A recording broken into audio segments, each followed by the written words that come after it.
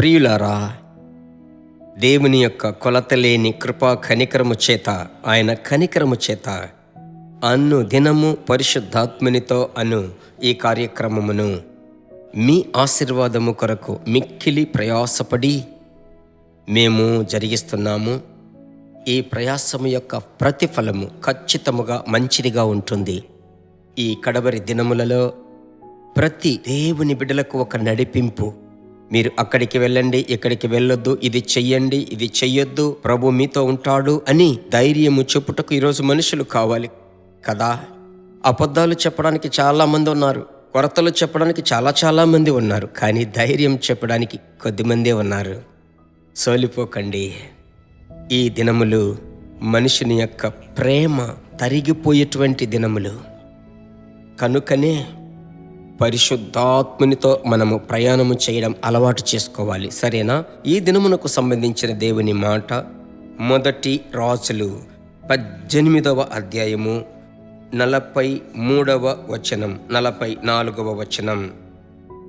తరువాత అతడు తన దాసుని పిలిచి, నీవు పైకి పోయి సముద్రము వైపు చూడమనగా వాడు మెరక ఎక్కి పారచూచి ఏమీయో కనబడలేదనగా అతడు ఇంకా 7 మార్లు పోయి చూడమని చెప్పాను. 7వ మారు అతడు చూచి, ఇదిగో మనిషి చెయ్యంత చిన్న మేఘము సముద్రం నుండి పైకి ఎక్కుచున్నదనెను.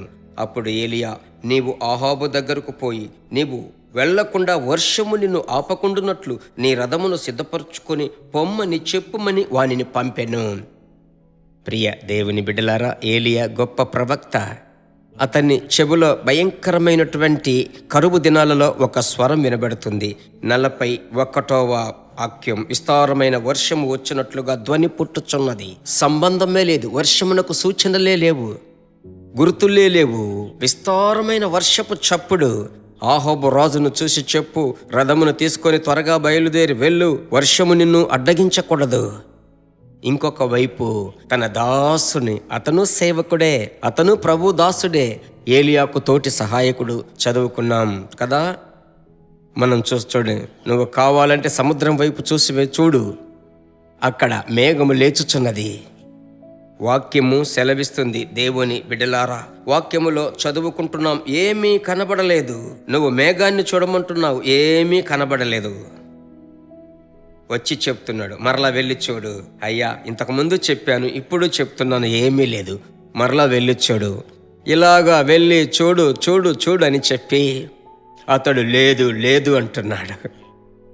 ఏలియా విడిచిపెట్టలేదు. అయినప్పటికీ ఒక సీనియర్ మెచ్యూరిటీ కలిగిన వ్యక్తి కదా అంటున్నాడు, ఇంకొకసారి వెళ్ళి చూడు. 7వ మారు అతడు వెళ్ళి చూచినప్పుడు అతను అంటున్నాడు, మనిషి చెయ్యంత చిన్న మేఘము పైకి లేచుచున్నది. చిన్న మేఘం, అరచేయి అంటే ఎంత, ఈ అరచేయంత చిన్న మేఘం లేచేది 7వసారి చూస్తున్నాను. మీ జీవితంలో ఎన్నో ఆశీర్వాదములు చూడాలి చూడాలి చూడాలి అని చాలా నేను సోలిపోయి పడిపోయాను. ఈరోజు ప్రభు మీతో మాట్లాడుతున్నాడు. అవును, ఈ అరచెయ్యంత మేఘం లేస్తుంది.